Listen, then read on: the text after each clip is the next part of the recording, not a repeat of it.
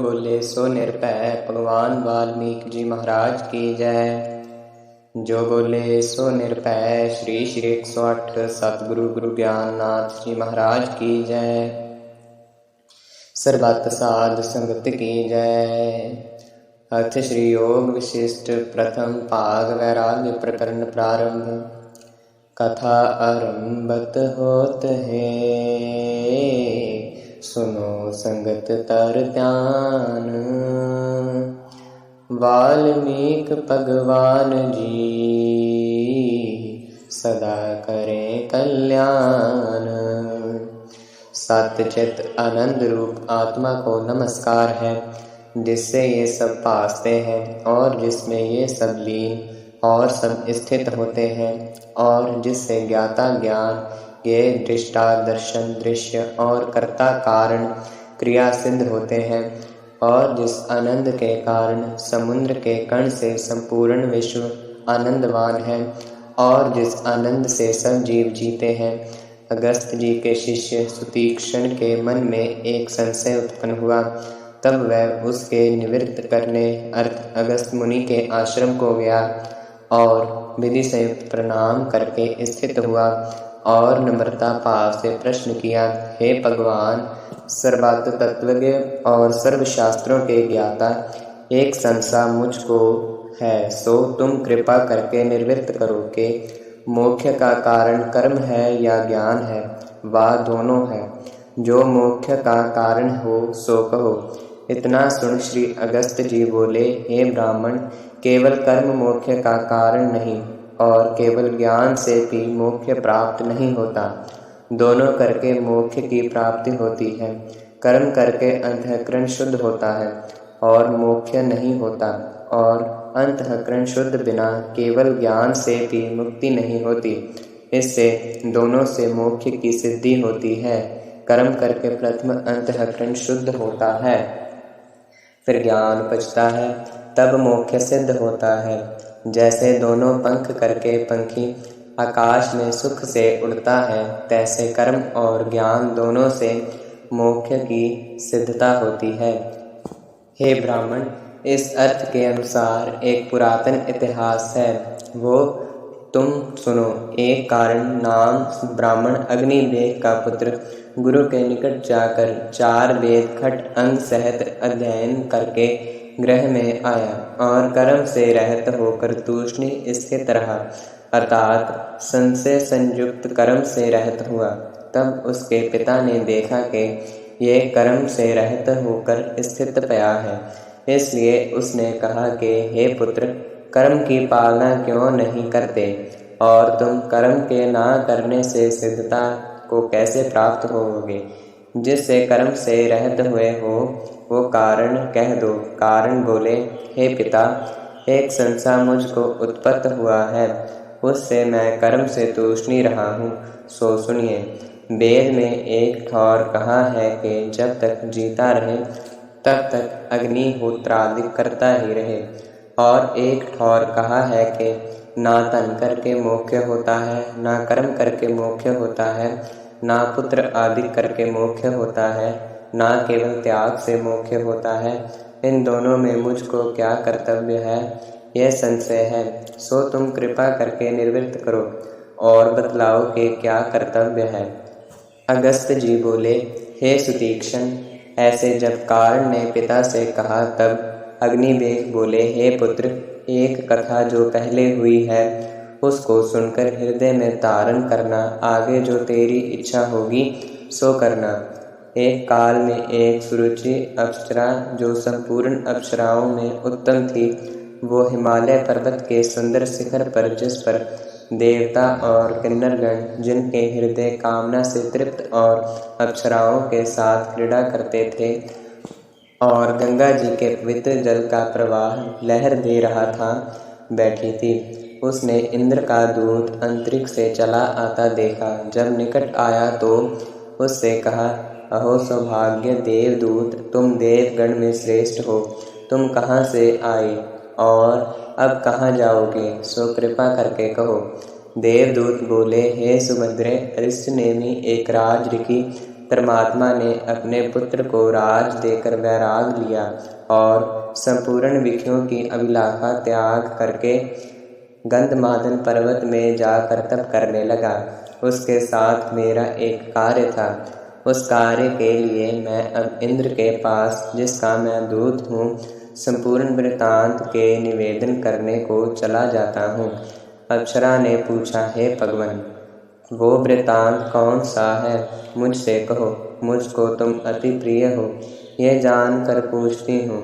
और जो महापुरुष हैं, उनसे जो कोई प्रश्न करता है तो उद्वेग से रहित होकर उत्तर देते हैं। देवदूत बोले, हे सुभद्रे, वो वृत्तांत विस्तार करके मैं तुमसे कहता हूँ, मन लगाकर सुनो। राजा ने गंधमादन पर्वत में बड़ा तप किया।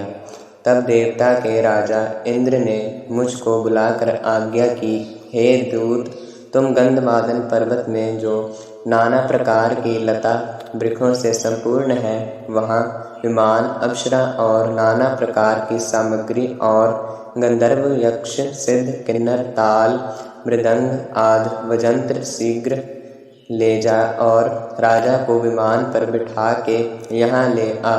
तब मैं विमान और सामग्री सहित जहाँ राजा था वहाँ आया और मैंने राजा को कहा, हे राजन, तुम्हारे कारण विमान ले आया हूँ। इस पर आरूढ़ होकर तुम स्वर्ग को चलो और देवताओं के भोग भोगो।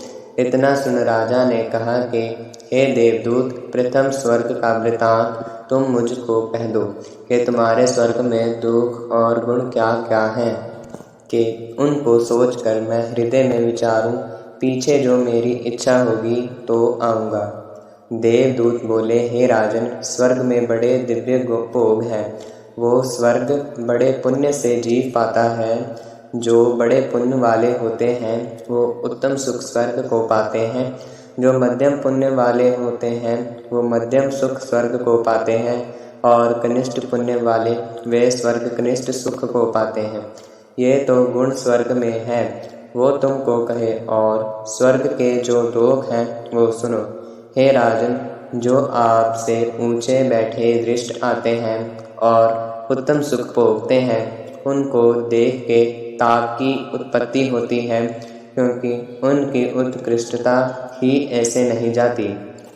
और जो कोई अपने समान सुख भोगते हैं, उनको देख के क्रोध उपजता है कि मेरे समान क्यों बैठे हैं। और जो आपसे नीचे बैठे हैं, उनको देख के आपको अभिमान उपजता है कि मैं इनसे शेष हूँ। और एक और भी दोष है कि जब इसके पुण्य क्षीण होते हैं तब उसी काल में इसको मृत्यु लोक में गिरा देते हैं, एक क्षण भी नहीं रहने देते। ये स्वर्ग के गुण और दोष हैं।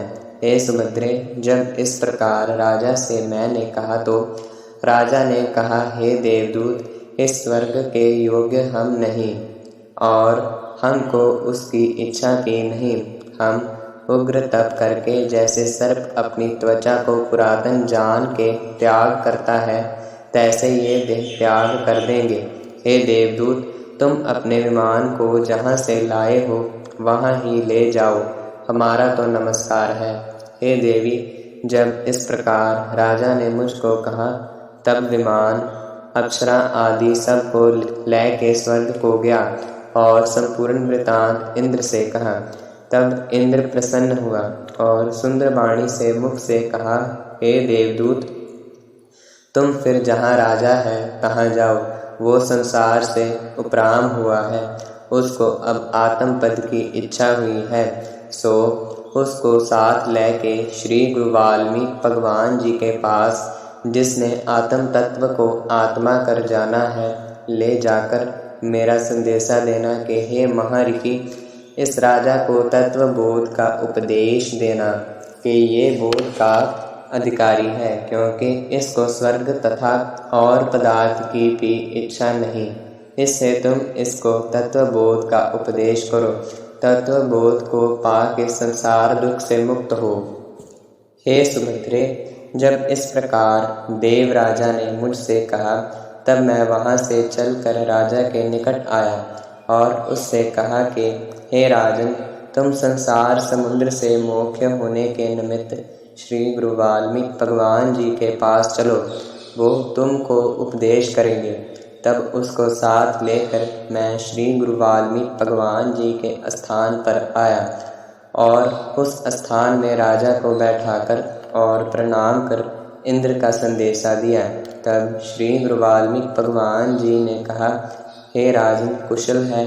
राजा बोले, हे भगवान, परम तत्वज्ञ और वेदांत जानने वालों में श्रेष्ठ, मैं आपके दर्शन करके कृतार्थ हुआ और अब मुझको कुशल प्राप्त हुआ है।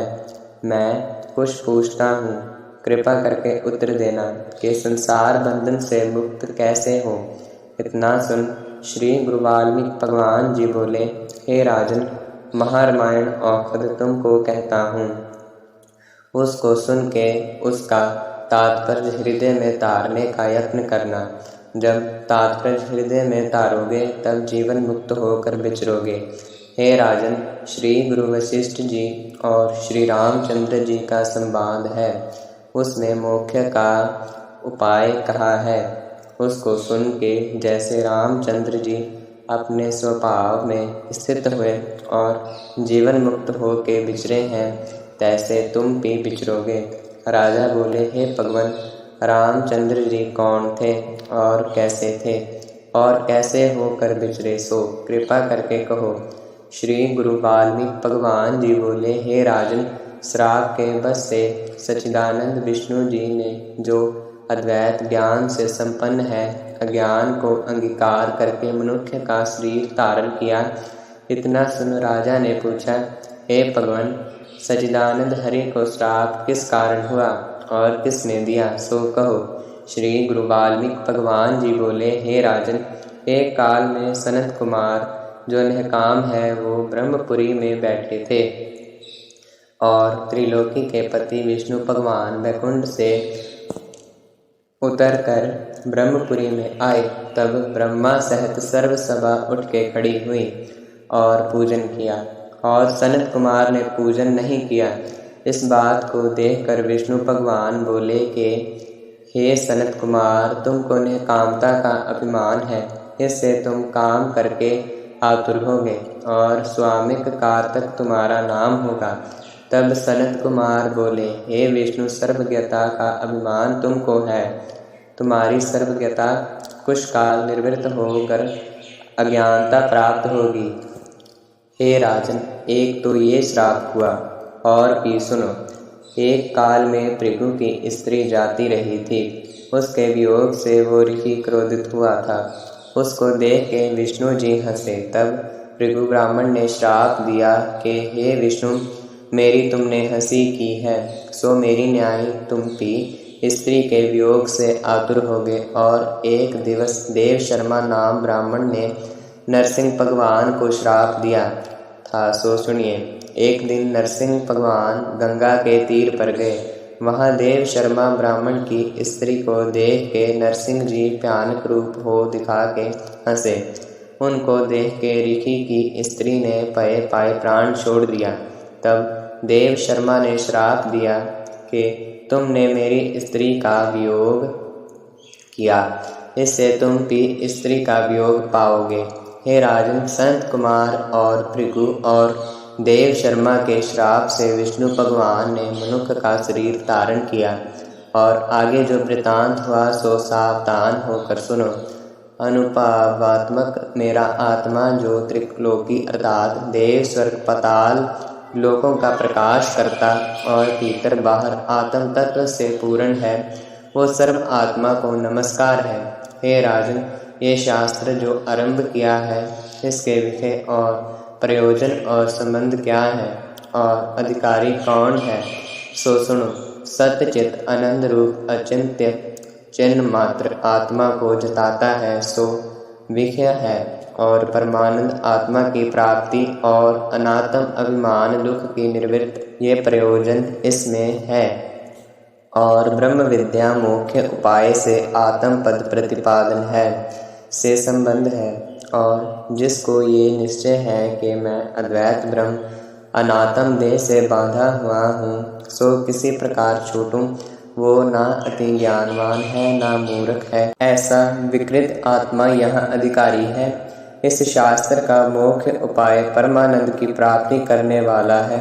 जो पुरुष इसको विचारेगा वो ज्ञानवान होकर फिर जन्म मृत्यु संसार में ना आवेगा। हे राजन, ये महारामायण पावन है, श्रवण मात्र से ही सब पाप का नाश करता है। इसमें राम कथा है। ये प्रथम मैंने अपने भारद्वाज शिष्य को सुनाई थी, जिस समय भारद्वाज चित्त को एकाग्र करके मेरे पास आया, सो उसको मैंने उपदेश किया था, और वो सुन के वज्र रूपी समुद्र से सार रूपी रतन निकालकर हृदय में तरके एक समय सुमेर पर्वत पर गया। वहाँ ब्रह्मा जी बैठे थे। उसने उनको प्रणाम किया और उनके पास बैठकर ये कथा सुनाई। तब ब्रह्मा जी ने प्रसन्न होकर उससे कहा, हे पुत्र, कुछ वर मांग, मैं तुझ पर प्रसन्न हुआ हूँ।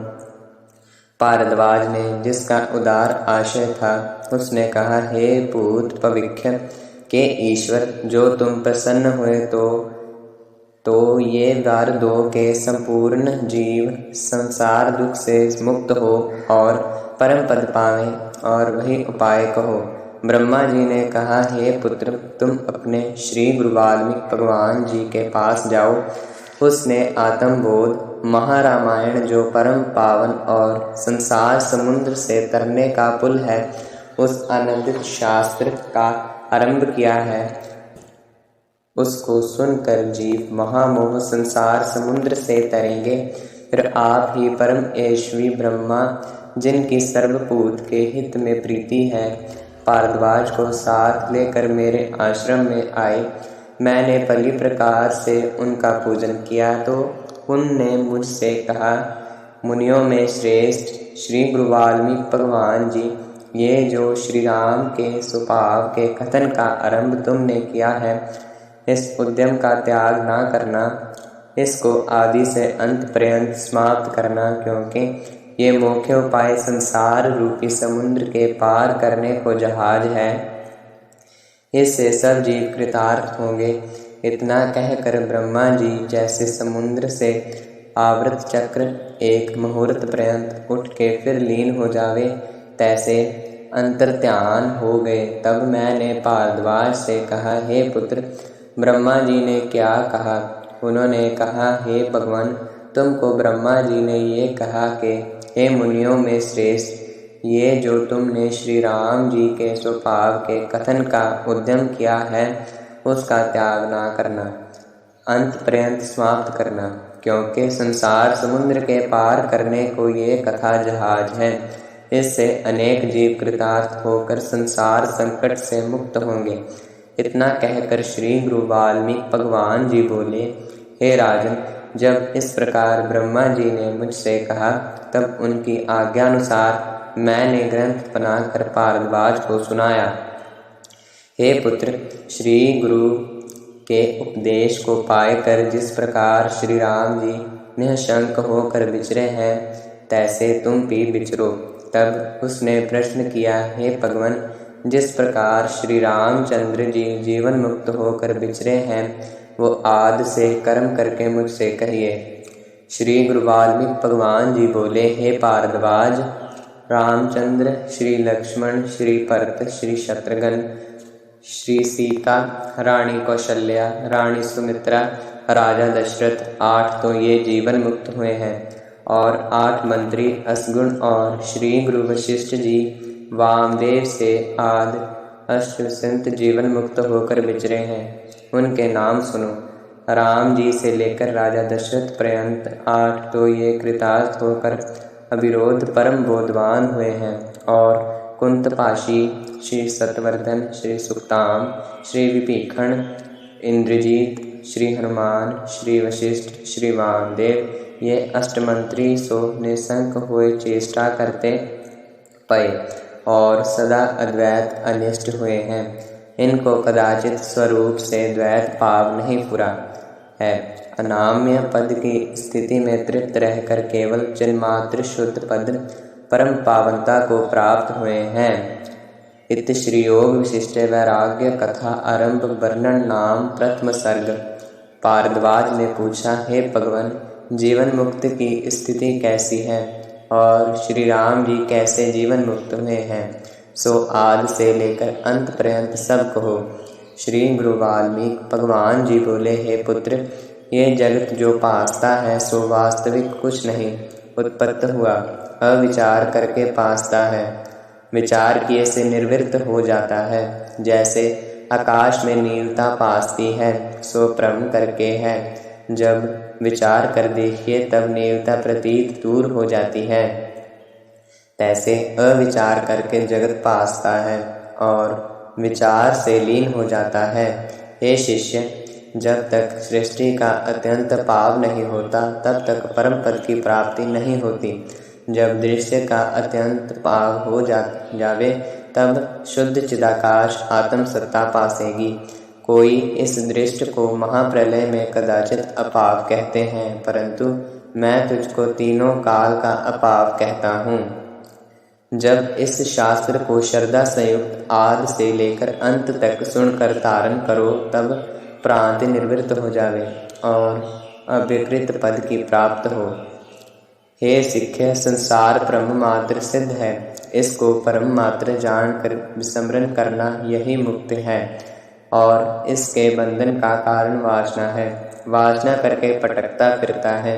जब वासना का क्षय हो तब परम पद की प्राप्ति हो। एक वासना का पुतला है, उसका नाम मन है। जैसे जल सर्दी की दृढ़ जड़ता पा के बर्फ होता है, फिर सूरज के ताप से पिघल कर जल होता है, तो केवल शुद्ध जल ही रहता है। तैसे आत्मा रूपी जल है, उसमें संसार की सत्यता रूपी जड़ता शीतलता है, उससे मन रूपी बर्फ का पुतला हुआ है। जब ज्ञान रूपी सूरज उदय होगा तब संसार की सत्यता रूपी जड़ता और शीतलता निर्वृत्त हो जाएगी। जब संसार की सत्या और वासना निर्वृत्त हुई तब मन नष्ट हो जाएगा। जब मन नष्ट हुआ तो परम कल्याण हुआ। इससे इसके बंधन का कारण वासना ही है और वासना के क्षय होने से मुक्त है। वो वासना दो प्रकार की है, एक शुद्ध और दूसरी अशुद्ध।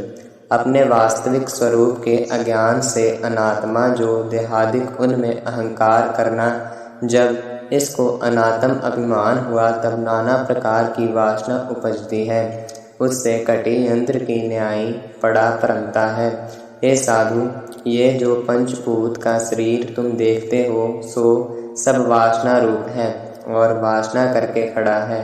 जैसे माला के दाने तागे के आश्रय से खड़े होते हैं, जब तागा टूट गया तब दाने न्यारे न्यारे हो जाते हैं और ठहरते नहीं, तैसे वासना के क्षय हुए पंचभूत का शरीर नहीं रहता। इससे सब अनर्थ का कारण वासना है और जो शुद्ध वासना है उसमें जगत का अत्यंत अपाव निश्चय होता है। हे शिष्य, अज्ञानी का निश्चय वासना से फिर जन्म का कारण हो जाता है और ज्ञानी की वासना फिर जन्म का कारण नहीं होती। जैसे एक कच्चा बीज फिर उगता है और जो दग्ध हुआ है सो फिर नहीं होता, तैसे अज्ञानी की वासना रस सहित है, वही जन्म का कारण है और ज्ञानी की वासना रस सहित है सो जन्म का कारण नहीं। ज्ञानी की चेष्टा स्वाभाविक गुण करके पड़ी होती है। वो किसी गुण से मिलके अपने में चेष्टा नहीं देखता, खाता पीता लेता देता बोलता चलता और व्यवहार करता है, पर अंत शरण में सदा अद्वैत निश्चय को तरता है। कदाचित द्वैत भावना उसको फुर्ती नहीं, अपने स्वभाव में स्थित है। इससे निर्गुण और स्वरूप की चेष्टा की जन्म का कारण नहीं है। जैसे कुम्हार के चक्र को जब तक उसको फेर चढ़ावे तब तक फिरता है और जब फेर चढ़ाना छोड़ दिया तब स्थिर मान गति से उतरते उतरते स्थिर रह जाता है। तैसे जब तक अहंकार सहित वासना होती है तब तक जन्म पाता है और जब अहंकार से रहित हुआ तब फिर जन्म नहीं पाता। हे साधु, इस अज्ञान रूपी वासना के नाश करने का उपाय एक ब्रह्म विद्या श्रेष्ठ है जो मुख्य उपायक शास्त्र है, जब इससे और शास्त्र रूपी गर्त में गिरेगा, तब कल्प पर्यंत भी अकृत्रिम पद को ना पावेगा। और जो ब्रह्म विद्या का आश्रय करेगा, वो सुख से आत्म पद को प्राप्त होगा। हे पार्थवाज, ये मुख्य उपाय श्री राम जी और श्री गुरु वशिष्ठ जी का संवाद है। यह विचारने योग्य है, बोध का परम कारण है। इसे आदि से अंत पर्यंत सुनो। और जैसे श्री राम जी जीवन मुक्त विचरे हैं, सो सुनो। एक दिन राम जी विद्या पढ़ के अध्ययनशाला से अपने गृह में आए और संपूर्ण दिन विचार सहित व्यतीत किया। फिर मन में तीर्थ ठाकर द्वारे का संकल्प तरकर अपने पिता राजा दशरथ के पास, जो अति प्रजापालक थे, आए। जैसे हंस उदर कमल को ग्रहण करे, तैसे उन्होंने उनका चरण पकड़ा। और जैसे कमल के फूल के नीचे कोमल त्रया होती हैं और उन त्रयों सहित कमल को हंस पकड़ता है, तैसो राजा दशरथ जी की उंगलियों को उन्होंने ग्रहण किया और बोले, हे पिता, मेरा चित्त तीर्थ और ठाकर द्वारों के दर्शन को चाहता है। आप आज्ञा कीजिए तो मैं दर्शन कर आऊँ। मैं तुम्हारा पुत्र हूँ, तुम्हारी सेवा करनी योग्य है। और आगे मैंने कभी कहा नहीं, ये प्रार्थना अब ही की है।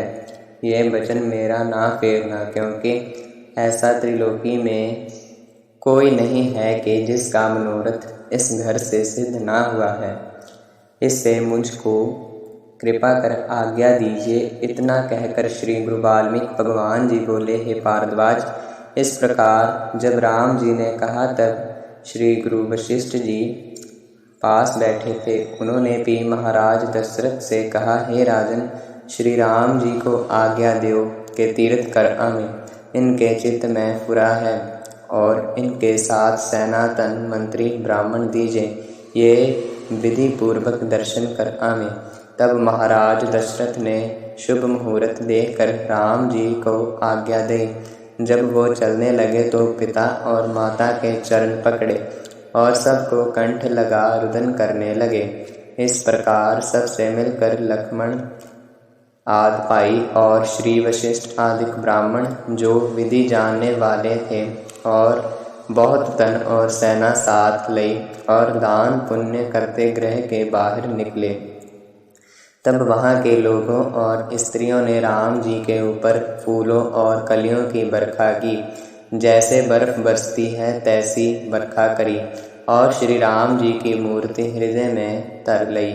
इसी प्रकार राम जी ब्राह्मण और निर्धनों को दान देते देते गंगा, जमुना, सरस्वती आदि तीर्थों में विधि पूर्वक स्नान करी। पृथ्वी के चारों ओर उत्तर, दक्षिण, पूर्व, पश्चिम को दान किया और चारों ओर समुद्र के स्नान किए और सालग्राम, बद्री, केदार आदि से स्नान कर और दर्शन किए। ऐसे सब तीर्थ स्नान, दान, तप, ध्यान विधि संयुक्त यात्रा करते एक वर्ष में अपने नगर में आए। इति श्री योग विशिष्ट वैराग्य प्रकरणे तीर्थ यात्रा वर्णन नाम द्वितीया सर्ग। श्री गुरु वाल्मीकि भगवान जी बोले, हे पार्थवाज, जब श्री राम जी यात्रा करके अपनी अयोध्यापुरी में आए तो नगर के वासी पुरुष और स्त्रियों ने फूल और कलियों की बरखा करी और जय जय शब्द मुख से उच्चारने लगे और बड़े बड़े उत्साह को प्राप्त पाए। और जैसे इंद्र का पुत्र अपने स्वर्ग में आता है, तैसे श्री रामचंद्र जी अपने घर में आए। पहले राजा दशरथ और फिर श्री गुरु वशिष्ठ जी को प्रणाम किया। फिर सब सभा के लोगों से यथा शक्ति मिलके अंतःपुर में आए।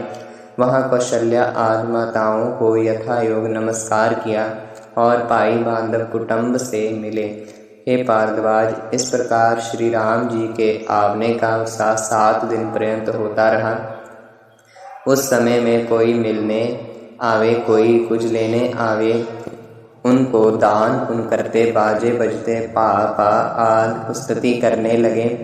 तदनंतर राम जी का ये आचरण हुआ कि प्रातः काल में उठ के स्नान संध्यादिक सत्कर्म कर भोजन करते, फिर भाई बंधु को मिल अपने तीर्थ की कथा और देव द्वार के दर्शन की वार्ता करते। इस प्रकार के उत्साह से दिन रात बिताते। एक दिन प्रातः काल में उठ के अपने पिताजी दशरथ के निकट गए, जिनका तेज चंद्रमा के समान था। उस समय श्री गुरु वशिष्ठ आदि की सभा बैठी थी। तहाँ श्री गुरु वशिष्ठ जी के साथ कथा वार्ता श्री राम जी ने करी। एक दिन राजा दशरथ ने उनसे कहा कि हे श्री राम जी, तुम शिकार खेलने जाया करो।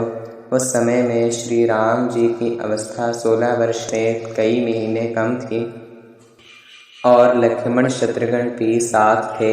श्री भरत जी नहाने को गए थे। उनके साथ चर्चा लास कर फिर उनके साथ स्नान संध्यादिक नित्य कर्म करके भोजन और शिकार खेलने जाते। वहाँ जो जीवों को दुख देने वाले जानवर देखते उनको मारते और लोगों को प्रसन्न करते।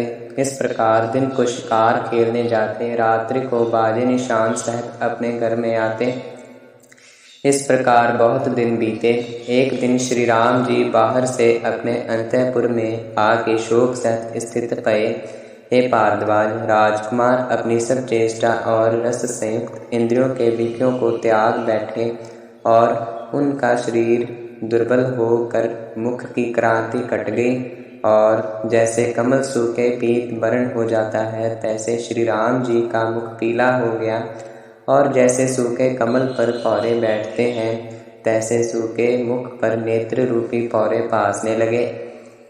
और जैसे शरद काल में ताल निर्मल होता है, तैसे इच्छा रूपी मल से रहित चित्त रूपी ताल निर्मल हो गया और दिन पर दिन शरीर निर्बल होता गया। जहाँ बैठे तहाँ चिंता से बैठे रह जावें, उठे नहीं और बैठे तो हाथ पर चिपक तर कर बैठे।